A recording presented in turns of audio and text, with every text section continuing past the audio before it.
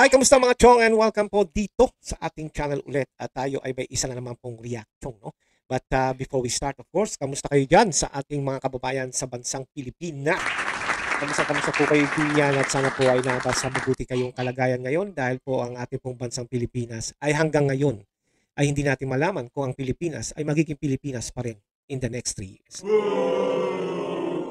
I know, right? But the thing is, you just have to think positive all the way para at least kahit paano magkaroon tayo ng encouragement, motivation na balang araw ay maaayos din natin ang ating bansang Pilipinas. No? Kasi atin yan eh. No? Tayo mga Pilipino, kahit sa man sulok ng bansa, no? Ay ng mundo, ay saan at ika nga ay there's no place like home, ika nga. Dahil diyan tayo nanggaling, diyan tayo pinanganak, at kahit nasa ibang bansa tayo, we really deserve and proud to be a Filipino. Okay? At syempre po, no, kasama po dito ang ating pong overseas Filipino workers. Kamusta po kayo dyan mga atong, mga kababayan ko, mga overseas Filipino workers sa buong panig ng mundo at kayo po sana ay nasa mabuting kalagayan at sana po ay ipagdasal natin ang ating bansang Pilipinas dahil hanggang ngayon, no, ay kung noon, last 6 years ago ay ating pinagmamalaki, no, at tayo hinahangaan ng ating mga kapitbahay, ang ating mga ibang nationality na tao sa ibang bansa ay talagang they really saying na okay ka dahil kay Pilipino. Ngayon, people of yung mga tao, mga Pilipino sa ibang bansa, parang sinasabi niya, man, bakit nga ba ako naging Pilipino pa? Sakit nun, di ba? Pero sabi nga nila, ngayon, siya lang naman nagsabi nun, no? Hindi naman siya majority ng Pilipino. Pero ibig sabihin, mga chong, kung may mga ganun tao na parang pinagsisiyan nila, ang tanong, bakit? Di ba? Kasi there's always reason. And there's always parang nangyari kung bakit ganun. Dahil 6 years ago, no, I mean, before 2022, no, 2016 to, o kahit 2017 to 2022, ang mga tao talagang proud na makita sila ng ibang lahi na ikaw ay Pilipino.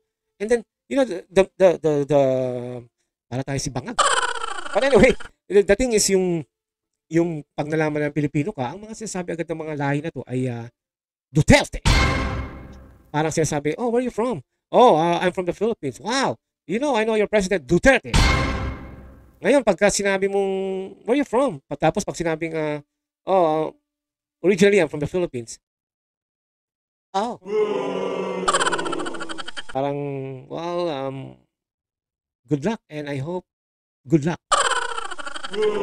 Yun ang nangyayari ngayon, no? Yun ang mga feedback ng ibang lahi, no? Kasi nga alam nila kung ano nangyayari. Kasi kung sa loob lang ng Pilipinas yan, hindi sila magre-react na gano'n. And come to think of it, no? Ito yung mga tipong mga mga let's say puti, yung mga ibang lahi.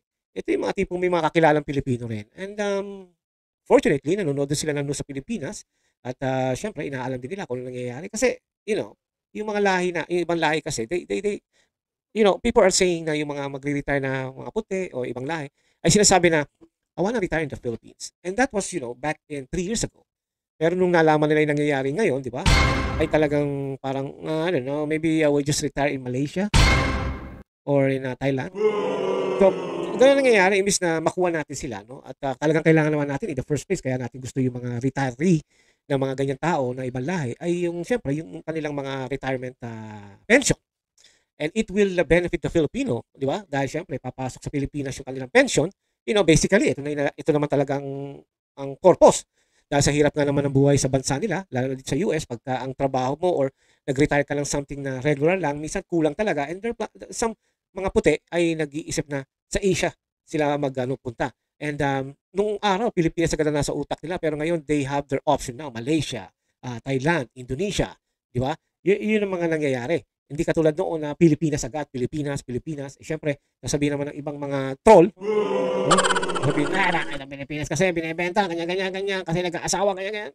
Buhay na nila yun. Okay? Parang kanila na yun. That's their private life. The important here is in general na kaya po gusto nila na magstay na lang sa Pilipinas dahil mura at alam nila nung panahon ni Tatay Digong safe. Ngayon, parang they're having a doubt. Diba? Parang sayang.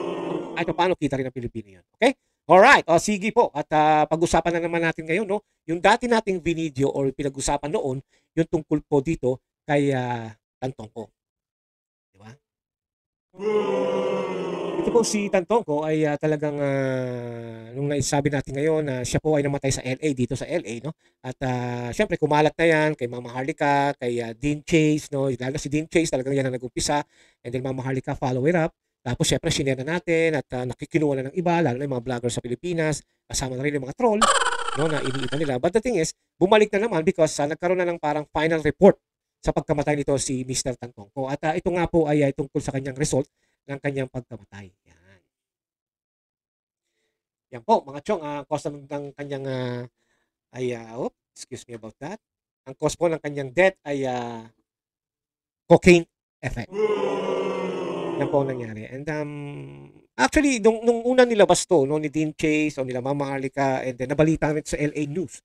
Yeah, merong isang maliit na mga network na pinalabas to. At syempre lumabas na rin ito sa mga YouTube, social media, you know, kasi tapos may mga Pilipino na rin naglabas ito. So it's all about this, no? Truth talaga ito. And we already knew here in the United States na talagang it's about drugs ang kinamatay ng tao ito. Kasi nga may lumalabas ng una na heart attack daw or what. Pero talagang, you know, parang it's not really in the point na heart attack agad. Something else is happen to this guy. But yan, lumabas na nga po, no, ang kanyang cause of death ay cocaine effects. Diba? Kaya naman po, because of that, alam naman natin nung time na yon, March 8 o March 8, March 9, yung ba nakalagay? Wala yata nakalagay na date. But anyway, something like that, no? Pero March 8. The thing is, hindi naman dinadamay eh. Pero, isinasabit nila ang taong ito. Diba? Alisin natin yan. Yan. Nakadila pa eh, parang bleh. Itong taong to, si Butod o si Liza Marcos Araneta, ay alam naman natin na kahit panong panahon pa na sinabi ni Miss Cathy Binag na ito ay drug addict, ay talagang doon pa lang ako naniniwala na ang pamilyang ito o ito at ang asawa niyang presidente na bangag talaga at meron naman talagang video, it's authenticated bubulol. But anyway, genuine ang video na to, pero hanggang ngayon wala pang dinidimanda si Abalon, si Defense Secretary Gibo, no? At sino pa? May isa pa siguro yung PNP chief na si Marbil.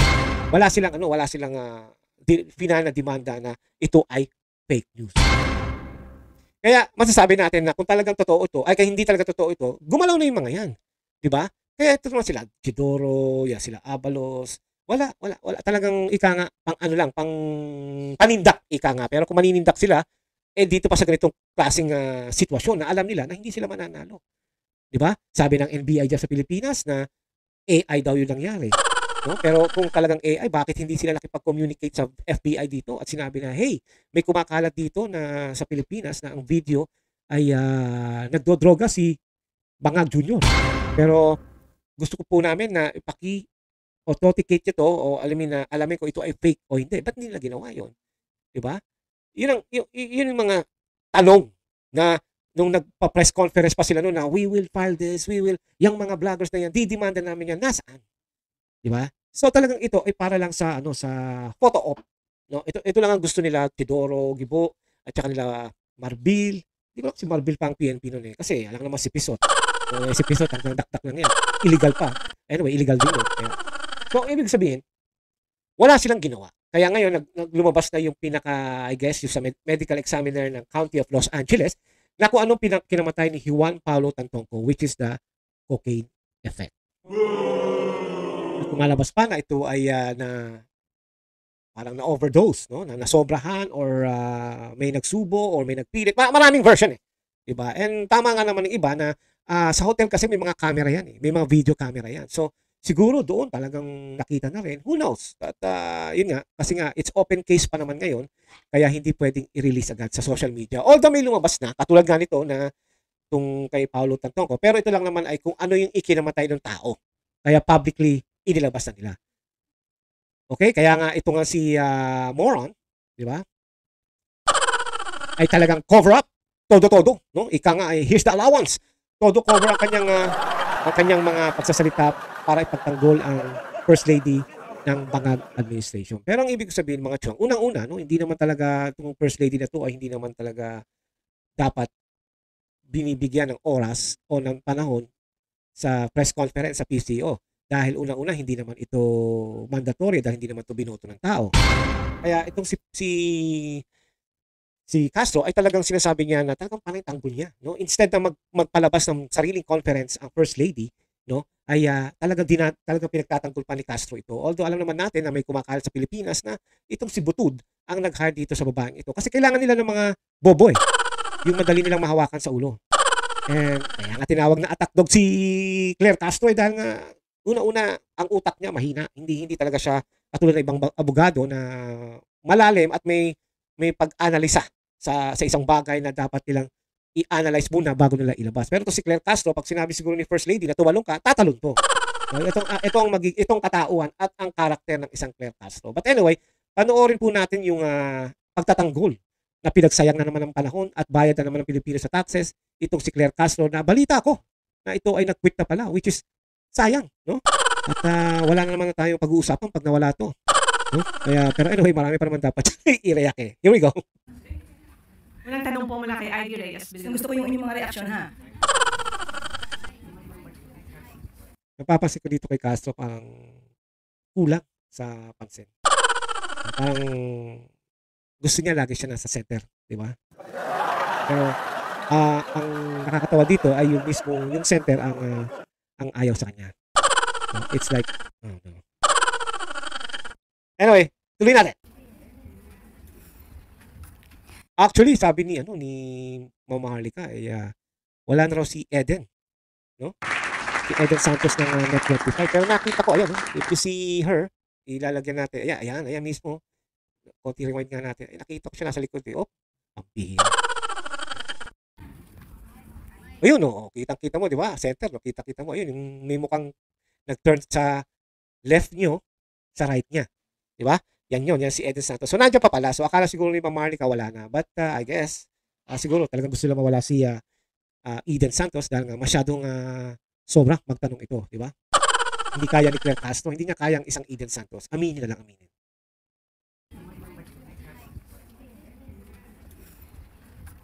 Hi, Yusek. Good afternoon po. News of the late Paolo Tantocos death revealed. Ito yung sinasabi nila na nawala nga or naglaylo muna si Eden Santos. Bumanat naman itong agenda. Taga-agenda yan tingnan natin. Kaya siguro nag-resign na si Claire Santos. Sabi niya, pucha, wala. Hindi sila katulad ng mga GMA at ABS at TV5. Sunod-sunuran sa amin. Pakitaan mo lang ng paycheck. Kami ng bida. Yan ang nangyayari ngayon. Itong mga agenda, Net25. Ewan ko lang UNTV kung nandyan. Ang SMNI, syempre, hindi ko lang kung nandyan. Dahil galit ang Malacanang sa SMNI. Dahil alam nila ang SMNI is totoo. No? Kaya ganyan na hindi lapas pa. I'm not sure, hindi ko nakikita Tuloy natin! Cocaine overdose and remains an open investigation. Since he's part of the First Lady's entourage, may we know if the First Lady will comment on this? And from the Malacanang po, the presidential sister released a statement. Senator Ivy is calling for a comprehensive report from the palace to dispel further speculation. Nakakalungkot dahil yung mga pribadong tao na nagluluksa ay nadadamay sa pamumulitika. Ginagamit ng ibang mga obstructionists.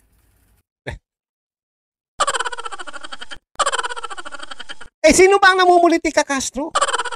Ikaw lang kada umpisa. Well, sa umpisa hindi mo babanggitin na Duterte, pero gitna hanggang huli, magdu-Duterte, antay ka na. Sino ba ang una talaga namumulitika? Di ba? Kaya mga chong, pakinggan nyo. Alam mo kung kayo mga chong, no?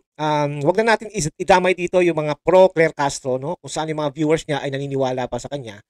Ay, di ba? Tama to. Sabi niya, pinupolitika. Kaawa-awa yung mga namatay. Diba? Ito yung mga tipo ng mga tao na talagang ginagawang gago tanga ang Pilipino.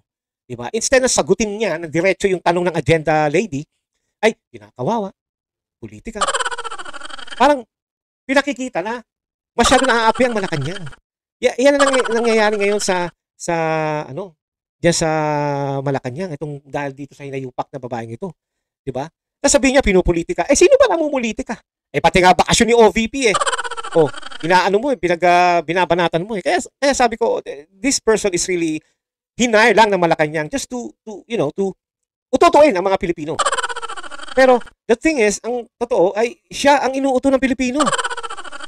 Diba? Kaya sabi ko, kawawa tong taong to. I mean, kung sino pa, I don't know, kung ako may pera at kukuha ko ng abogado, I'm not gonna get this guy.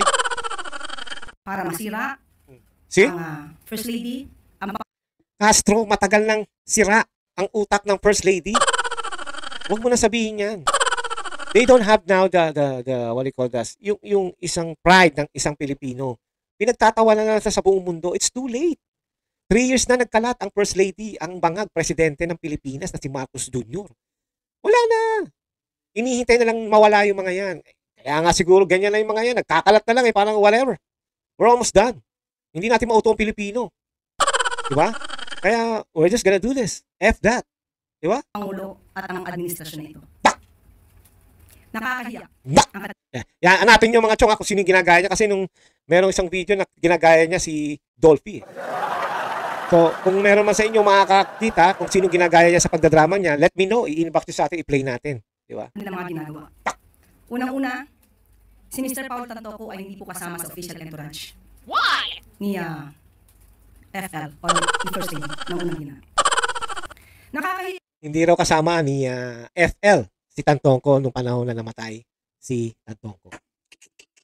Booking na, talagang babanat pa to. Sa bagay, kasi nga, kung alam mo kasi ang style dito sa Pilipinas, no, ay parang pinipilit ka. Parang they will do everything. They will do illegally or they will do something na parang pinupush ka. Hinihintay ka na lang pumalag. Yan na lang ang ginagawa ni Castro. Dakdak na lang ng dakdak kahit hindi totoo at idadaan niya kuno sa legal way. No, pero hindi niya alam na yung mga nag-a-analyze sa kanya, yung mga vloggers, yung mga taong nag-a-analyze sa kanya, alam niya na mukhang tanga tong babaeng to. Di ba? Kaya nga yung nag-quit to ang daming sabi, wag ka na mag-resign kasi we need something na may magawa na hindi boring. Can you imagine that, Per Castro? Yan ang gusto ng mga Pilipino, wag ka mag-resign not because you're good, wag ka mag-resign because we need a clown in the Malacanang. Di ba? Dahil gumawa sila ng peking police report. Yep, stop lying, Castro. Naturingan journalist, mga dating spokespersons. Sino tinitira niya? Dating spokesperson, edi si Harry Roque na naman. Yan ba ang mga hindi namumulitika? So, kaya kayo mga chong, you have to read between the lines ng taong to. Huwag yung maniniwala na kayo sabi-sabi. Kahit sa akin, huwag kayong maniwala agad. I-analyze yung sinabi niya kung tama ba yung aking reaction at yung sinasabi tungkol sa kanya. Yun naman ang akin eh. Ako, nire-relay ko lang sa inyo kung ano yung sinasabi nitong bruhan na to. Sa akin, hindi ko gusto yung sinasabi niya. Ewan ko sa inyo, mga chong.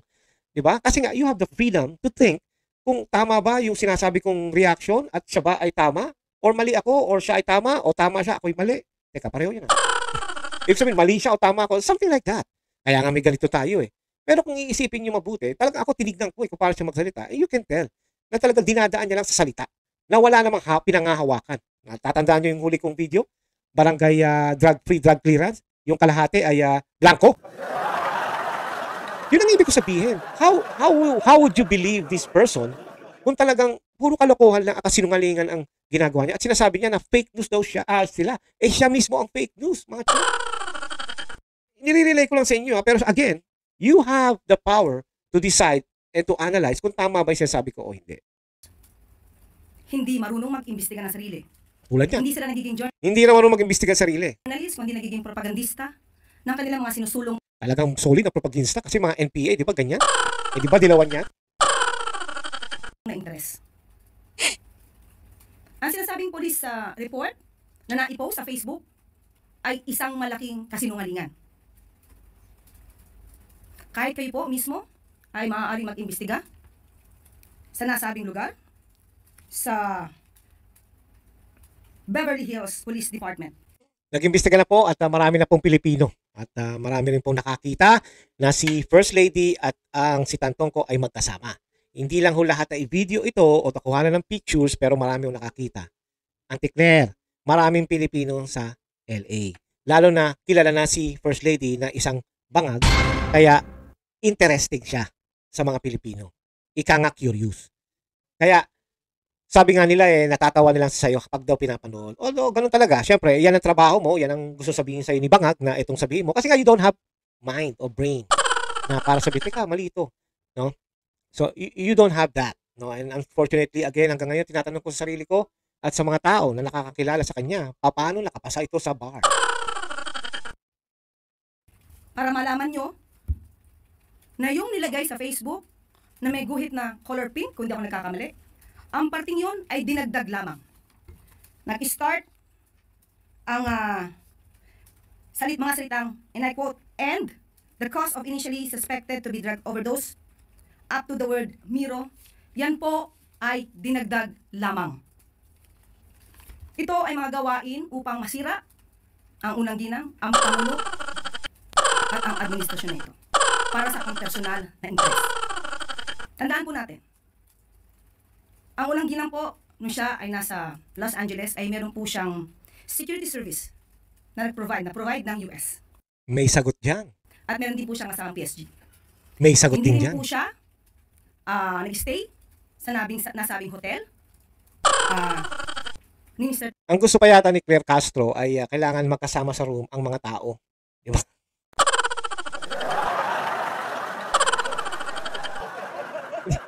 Hindi ko alam kung itong taong ito ay nag-hotel din paminsan-minsan para malaman niya na ang mga tao ba talaga pag magkakakilala, kinakailangan magsama sa isang hotel o sa isang room.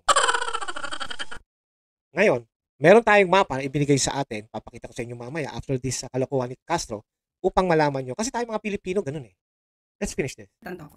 Iba po. Iba po! Yung hotel. At meron po siya mga activities, March 8. Kung pwede po natin makita, maipakita sa monitor. March 8, makikita niyo po sa screen na mayroong konsyerto para sa Pilipino. Makikita niyo sa larawan din, Secretary Cristina Frasco. March 8 yan ginanap, hapon hanggang gabi. Papaanong masasabi ng mga obstructionists na to, ng mga fake news peddlers na to, ang patungkol sa nakita nilang mga tao doon sa vicinity. Kaya po yan ay dinagdag lamang.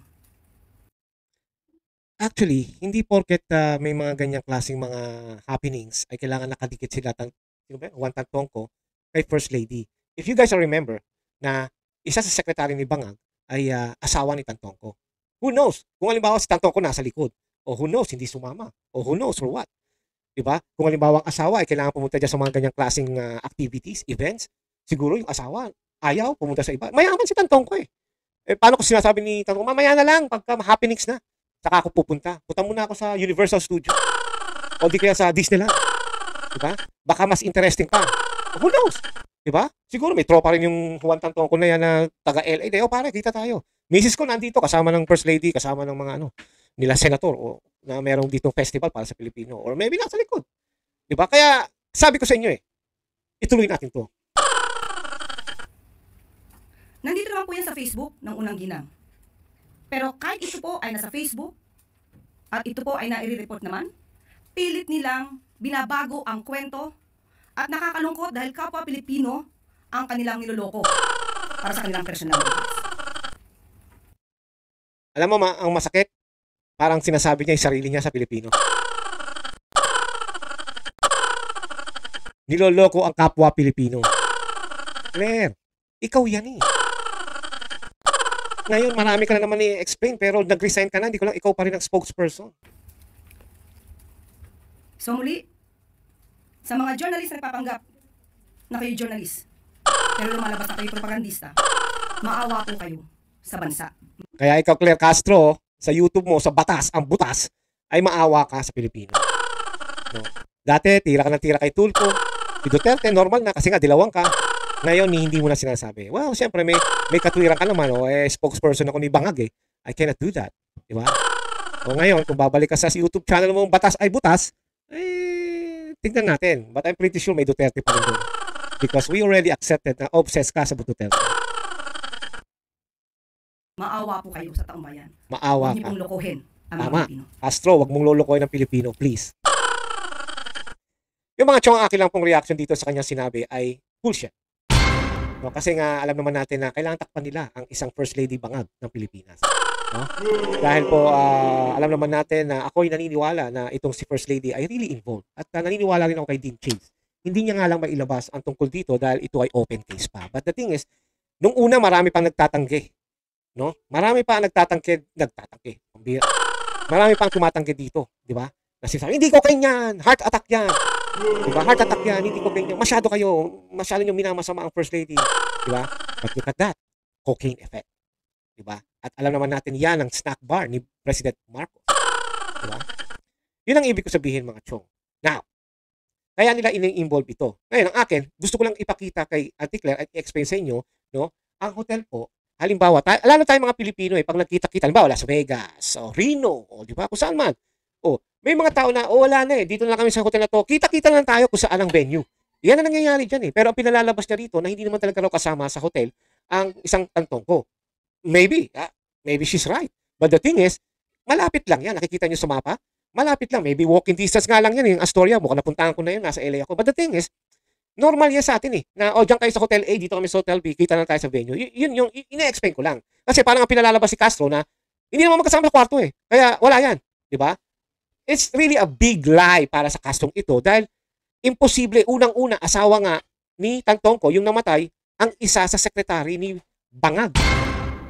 Yun ang ibig ko sabihin. Kaya, ang akin lang, nakakatawa. Kaya sasabi niya, nakikita niya yung events. Ano naman malay ng mga tao sa events? Ang iniisip ng mga tao at ang inaalam ng mga tao is yung nangyari, yung party, yung inuman, yung events na yan, wala yan. Pambihira ka naman, Castro. Ibig ko sabihin, pag halimbawa, ang isang tao, hindi pumunta sa events, tapos pumunta sa mga inuman, ano yun, hindi nakasama. Gets nyo mga chong? Yun lang po, inaano ko lang po sa inyo. Kaya itong si Butod, ay talaga nakatawa. Siguro sabi niya, Pilipino, ayaw niyo ako tantanan, di ba? Yan ang ibig ko sabihin, look at this person. Dahil control niya si Bangag. Siya ang invisible president ng Pilipinas. Kaya look at her. She doesn't know shit.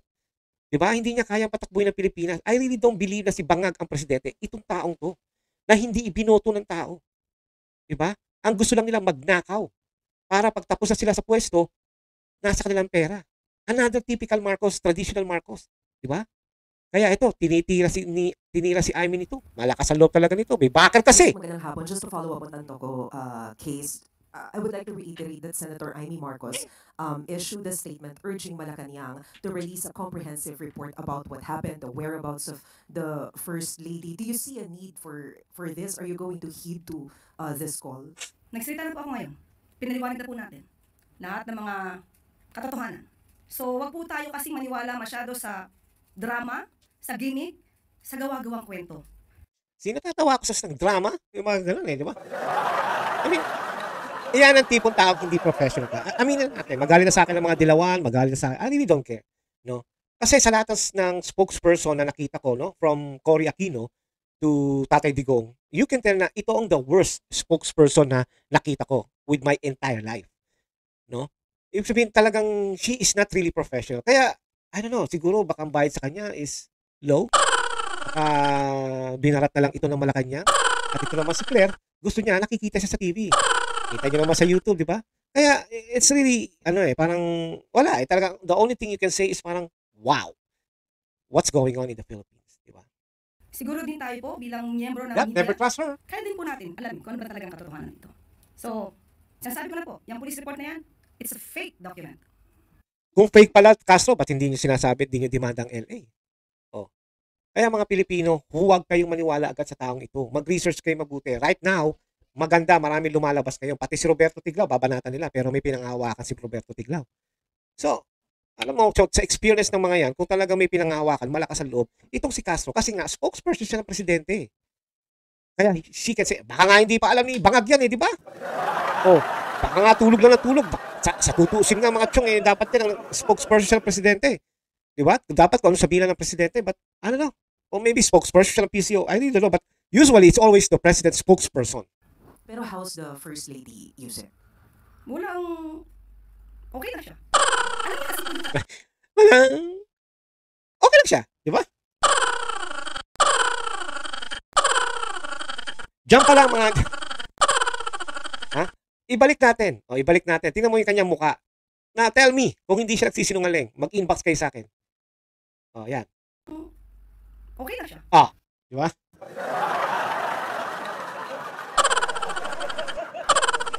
So you can tell wala talaga siya exact communication with them.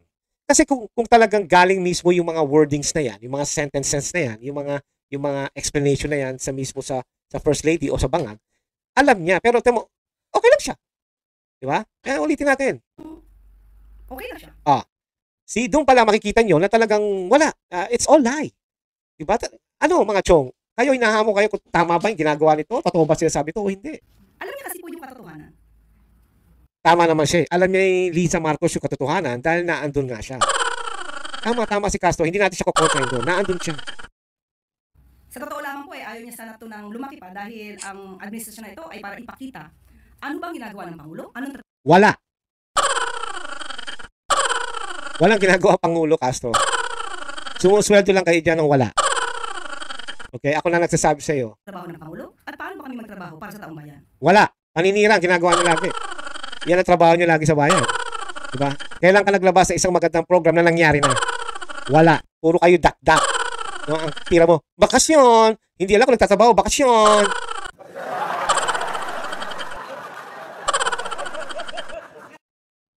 Pero pilit na, ginigiba, Giba na po. ang unang Nacho. para maapektuhan ng Pangulo at ang kasalukuyang administrasyon.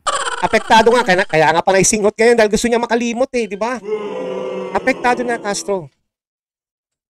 So, wala pong ikinababahala ang unang gilang dahil alam po niya ang katotohanan at makikita mismo ang mga records na yan. Yup, makikita yan sa LA, mga chong sa LA. Maghintay kayo. Hindi nila maghihiba.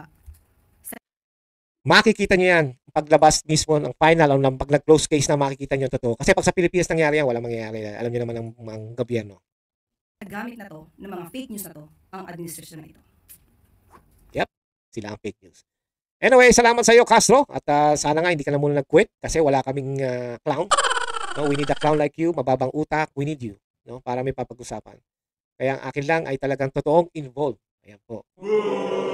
Sabi nila yung kumakanta o yung nasa kanan yata, yun daw si Tantongko. I'm trying to compare that to yung mukha ni Tantongko. Mukhang may pagka-similarity nga po eh. Kaya hindi natin sigurado, no? And ang balita ko si Tantongko, As I Will Survive, playing the part of Tantongko sang while First Lady Marcos dance. Oh, siguro nga. Marami, kahit nga mga chong yung mga nagtrabaho sa hotel, marami nagsasabi na nakita nila yung mga tao na yan. No? Hindi nga lang sila mahilig sa mga katulad natin na ina-expose ito at may chance sila sa YouTube. Okay? Alright. At ito pa, no? Kita nyo naman yan. Yan, isa pa yan, no? Live yan! Oh. Okay. Sarap, eh. Mga Pilipino, tax nyo, bayan! Ayan, no? Okay. Oh, yan ang bayad ng Pilipinas. Oh, mga Pilipino, ano? Sana all, bayaran nyo rin kami. Sige, isang kanil, pilit sa sarili mo. Oh, mga chong, yan po ang nangyayari ngayon sa ating gobyerno. No? Yung hindi binoto ng tao ang nag-enjoy ng pera ng bayan, kaya wala nangyayari sa Pilipinas. Kaya naman sabi nga ni Tony Rowena Guanzon ay huwag po natin kalimutan. Huwag natin pansinin ang sabong na yan, di ba?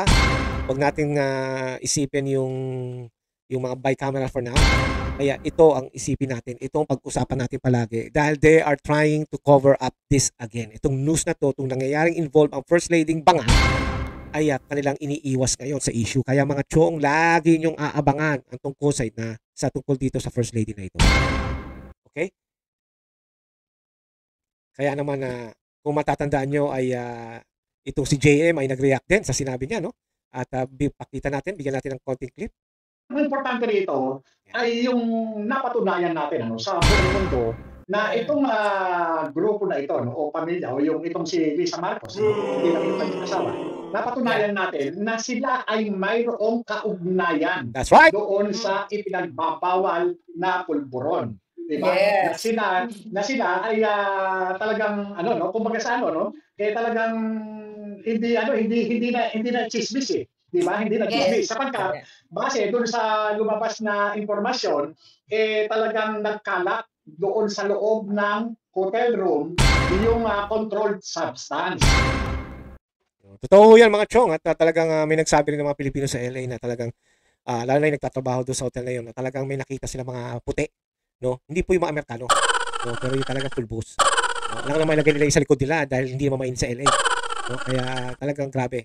Papala na ako ng mukha. No? Kaya ako, sa sinabi ni Bobby Tiglao, no? At napanood ko ang kanyang post, no? Sabi niya, I received via Viber this photo of Beverly Hills Police record supervisor reporting on Miss Tantongco's death and persons who were with him when police arrived. Alisa Alinato Marcos was one. I also checked if there was such a record supervisor. There is. The palace spokesperson who denied this should explain. Yan ho yung tao na nagsasabi, no, yung mga employee, Donna Kersey, something like that. Yun yata ang pangalan niya. Yeah, it's the record supervisor. Pero sabi nga ni Marlica at saka ni Dean Chase, hindi pa ho kasi close ang case. Okay? Kaya kaya hindi pa mailabas todo. Pero sabi nga nila, didemanda raw nila si Roberto Tiglao, but who knows? We'll see. Yan din ang sabi nila Abalos at saka nila Chidoro Gibo, no? So walang nangyari. So hanggang salita lang, ang dakdak lang. Ika nga panindak lang, no?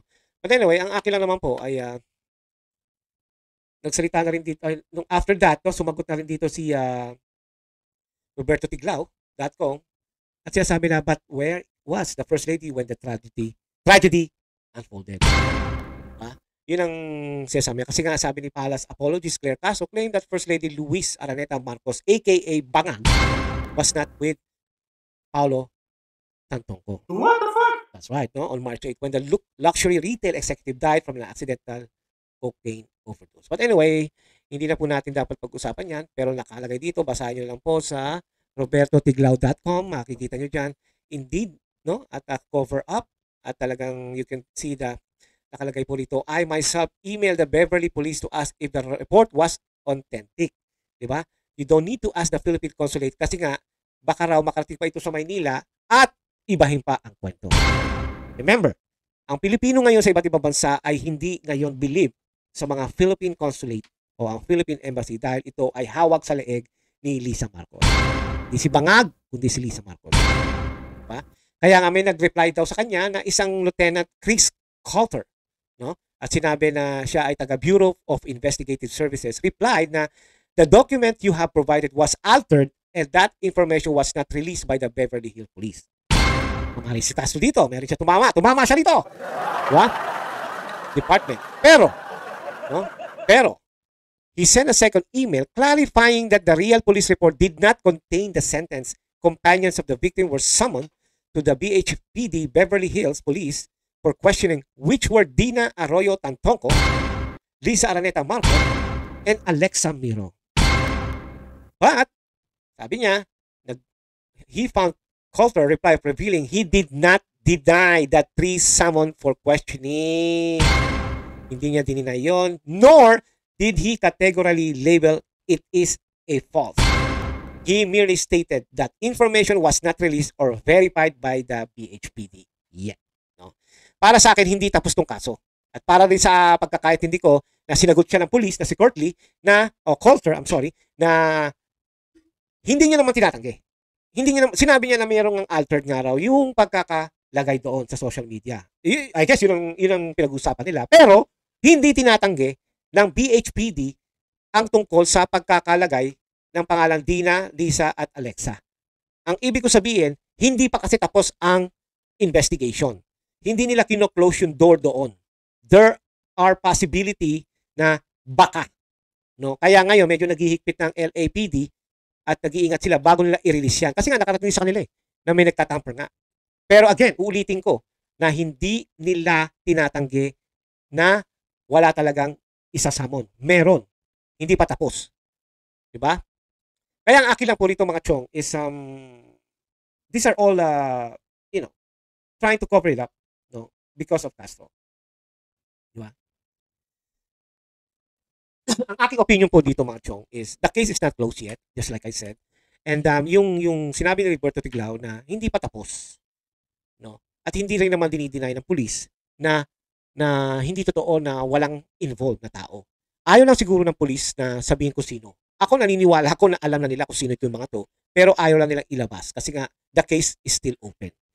My reaction here is, and I believe, na talagang totoong kasama ng mga hinayupak na to yung nangyari kay Tantongco. And unfortunately, sino pang kawawa? Di ba? Ang ating bansang mga kababayang Pilipino. Kawawa dahil nakakahiya. Kawawa dahil dati ang ganda-ganda ng pride natin. No? Taas no tayo noon.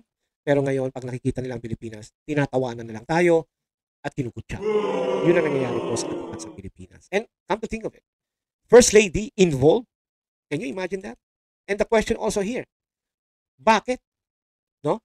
Bakit si First Lady na laging sumasama kay Bangag, ngayon ay hindi sumama papunta sa States? Bakit kanyo? May mga nagsasabi na baka mamaya hindi na siya pauwiin. Yun ay salita lamang ha? Hindi yun under investigation. Salita lang. The thing is, sinabi ng mga staff ng Malacanang kay Bangag, ay sinabi na, sir, wag na natin isama muna si ma'am. Bakit? Eh, nakakahiya ho eh. Baka mamaya eh, pagdating ko sa Washington DC, doon pa lang eh, may nakaabang ng mga DEA, Drug Enforcement Agency. So who knows? Or napapraning yung babae, si Lisa Marcos, na baka mamaya, pusasin siya sa harapan ng mga tao. So, marami. But the thing is, it's really sad na ang ating bansang Pilipinas, ang ating leader, na sana ay pagmamalaki natin sa iba't ibang panig ng mga mundo, ay parang nakakahiya. Diba? Yun ang akin po, no? Yun ang ibig ko sabihin. Nakakahiya. Ngayon, tinatago na nila ngayon ang sitwasyon na to and they're trying to cover it up again. At ang balita pa, ay balak idagdag pa rito si Tatay Digong tungkol sa mga sabong. So, it's really messed up dito sa mga taong ito. And I just hope na sana lumabas na yung katotohanan totally. Kasi nakikita na naman natin yung pictures eh. Yung picture. No? Nakikita na natin na talagang involved ang mga walang yan to. Pero we just need totally final. In that way, wala na naman silang magagawa. Kasi lahat naman ng bintang sa kanila, totoo eh. And this time, I believe na magiging totoo rin to. Okay? Already, hanggang dito lang po mga chong at sana po ay naintindihan nyo ang ating mga pinag-usapan. No? At again, mag-iingat kayo palagi sa bansang Pilipinas, mga Pilipino.